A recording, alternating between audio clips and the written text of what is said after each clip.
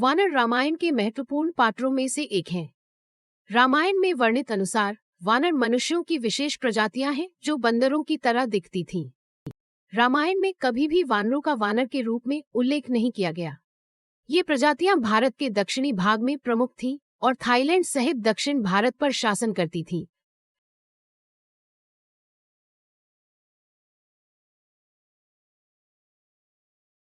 Myanmar, Malaysia, Indonesia आदि। वनारस का क्या अर्थ है? वनरस एक संस्कृत शब्द है जिसके दो भाग हैं। वन का अर्थ है जंगल और नर का अर्थ है मानव। तो इसका शाब्दिक अर्थ है मनुष्य जो जंगलों में रहते थे। वानर निश्चित रूप से वानर नहीं थे, चूंकि बंदर को संस्कृत में वनकापी या कपी या मरकटा कहा जाता है। भारत में निएंडरथल मानव के प्रमाण ढूंढना कठिन क्यों है? पुरातात्विक और वैज्ञानिक विकासवादी अध्ययन कहते हैं निएंडरथल एक ऐसी प्रजाति थी जो लगभग 2.30,000 साल पहले यूरोप, अफ्रीका और पश्चिमी एशिया में निवास करती थी।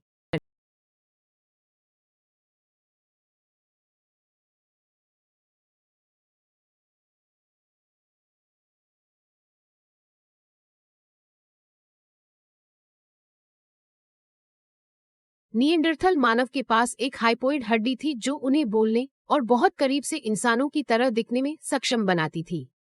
हालांकि सिंधु घाटी सभ्यताओं में निएंडरथल मानव के कुछ प्रमाण मिले थे। चूंकि भारतीय मृत्यु के बाद शवों को जलाने की बहुत लंबी सांस्कृतिक परंपरा का पालन करते हैं, चाहे वे जानवर ही क्यों न हो, प्राचीन काल का कोई ठोस सबूत ढूंढना इतना आसान नहीं है। इसके अलावा भारतीय प्रायद्वीप में हड्डियां कुछ हजार वर्षों में नष्ट हो जाती हैं।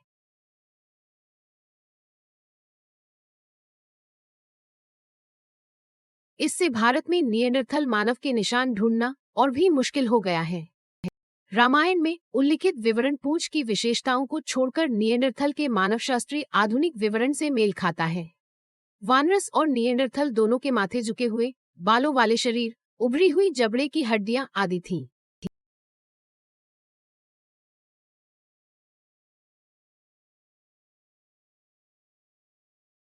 आधुनिक मानव विज्ञानियों को पूंछ न मिलने का कारण यह था कि वनारस की पूंछ हड्डी रहित थी और इसलिए कुछ ही वर्षों में विकसित हो गई।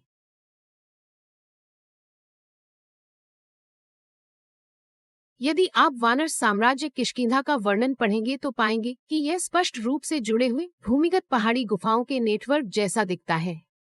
आधुनिक काल के मानव विज्ञानी गुफाओं में रहने वाले निएंडरथल मनुष्यों के बारे में यही कहते हैं। जाहिर है वानर शारीरिक रूप से मानवों यानी मनुष्यों से भिन्न थे, लेकिन निश्चित रूप से वे बंदर नहीं थे। असल में अधिकांश मानव विज्ञानियों और इतिहासकारों के साथ समस्या यह है कि चूंकि वानर आज अस्तित्व में नहीं है, इसलिए वे वानर की कल्पना किसी ऐसी चीज या किसी ऐसे व्यक्ति के संदर्भ में करने की कोशिश कर रहे हैं जिसे वे जानते हैं या देखा है, और इसलिए उनकी तुलना होमो इरेक्टस और निएंडरथल पुरुषों से करते हैं। शायद वे पूरी तरह से एक अलग प्रजाति थे। रामायण से साक्ष्य मिलता है कि वानर निएंडरथल पुरुष थे। रामायण के अनुसार वानर विश्व में हर जगह मौजूद थे, लेकिन उनका प्रभुत्व था किष्किंधा साम्राज्य, कर्नाटक में हम्पी के पास। वानर राजा सुग्रीव के मुखिया ने दुनिया भर से वानरों को इसमें शामिल होने के लिए बुलाया। दक्षिण भारत में भगवान राम की सेना। जब राम ने लंका पर हमला करने का फैसला किया तो वानर हिमालय, विंध्य, मध्य प्रदेश, तिब्बत में मेरु आदि क्षेत्रों से आए। वाल्मीकि ने यह भी स्पष्ट रूप से कहा कि वानर दूर दराज के स्थानों से आए थे जहां सूर्य हमेशा चमकता है या हमेशा अस्त होता है, यानी ध्रुवीय सेट्रा। चूंकि दुनिया में कहीं भी वानरों का कोई प्रमाण नहीं मिलता, इसलिए वाल्मीकि ने स्पष्ट रूप से कहा। वानरों में वानर के लक्षण थे। उन्होंने वानर सेना के सदस्यों को कपि कुजारा कहा, जिसका संस्कृत में अर्थ हाथी के आकार के बंदर होता है।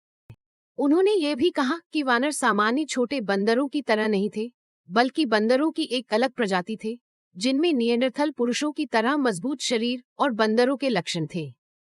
उन्होंने नित्यम, अस्थिरा, चित जैसे शब्दों का भी इस्तेमाल किया, जिसका अर्थ है जिसका मन बार बार बदलता है, और कपितम, अनावस्थितम, जिसका अर्थ है जो एक पल के लिए भी एक स्थान पर नहीं रह सकता।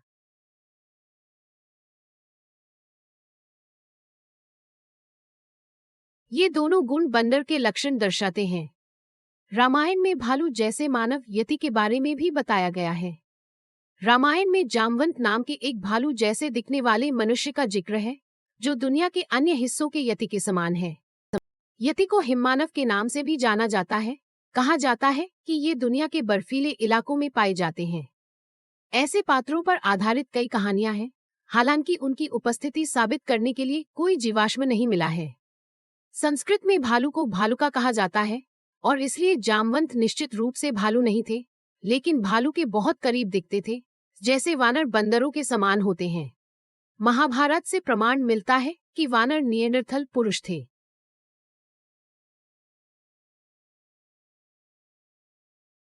महाभारत में भी जब भगवान कृष्ण की मुलाकात रामायण के जामवंत से हुई, तो भगवान कृष्ण कहते हैं कि जामवंत अपनी तरह के अंतिम जीवित प्राणियों में से एक है। भगवान कृष्ण ये भी कहते हैं कि चूंकि उनकी प्रजाति लुप्त हो गई है, इसलिए अब समाज में उनका स्वागत नहीं किया जाता है। भगवान राम ने जामवंत को लंबी उम्र का आशीर्वाद दिया था। भगवान हनुमान को भी भगवान कृष्ण द्वारा अमरता का आशीर्वाद दिया गया था। इस प्रकार वो वानरों में भी अंतिम थे। महाभारत तीसरी सहस्राब्दी 3076 ईसा पूर्व का इतिहास इस तथ्य की पुष्टि करता है कि वनारस और यति जैसी प्रजातियां विलुप्त हो गई हैं। साथ ही ये भगवान राम और रामायण में वर्णित सभी प्रजातियों के अस्तित्व की पुष्टि करता है। यदि ऋषि व्यास पांडवों और कौरवों के बीच युद्ध की एक काल्पनिक कहानी लिखना चाहते थे, तो उन्होंने जामवंत का उल्लेख क्यों किया? इससे पता चलता है कि रामायण भारत का बहुत प्राचीन इतिहास है, जिसने अमेरिका, एशिया और यूरोप आदि की अन्य सभ्यताओं तक अपना रास्ता बनाया।